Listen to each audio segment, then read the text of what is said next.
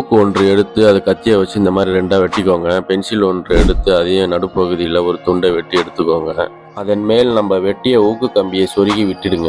ஒரு சிறிய ஒயர் எடுத்து அதை அந்த கம்பியில ஒரு பக்கம் நல்லா முறுக்கி விட்டுட்டு பின்னாடி க்ளூ கம் அப்ளை பண்ண வேண்டும். அதுக்கப்புறம் வீட்டில் இருந்து ஒரு பேட்டரி ஒன்று எடுத்துக்கோங்க. அதை க்ளூ கம் ஒட்டி வச்சிருந்தீங்களா அதை மேலே ஒட்டி இந்த மாதிரி எடுத்துக்கோங்க. 6A சுவிட்ச் ஒன்று எடுத்துக்கோங்க. அதை ஒயர் கனெக்ட் பண்ணி க்ளூ கம் ஊற்றி பேட்டரி பக்கத்தில் ஒட்டிக்கோங்க. அதுக்கப்புறம் பேட்டரியோட ப்ளஸ் அண்ட் மைனஸ் 2 பக்கமும் கனெக்ஷன் பண்ணி சுவிட்சை போட்டால் இங்கே பார்த்தீங்களா எப்படி ஹீட் ஆகுதுன்னு. அடேங்கப்பா! வீடியோவை பார்த்தமைக்கு நன்றி.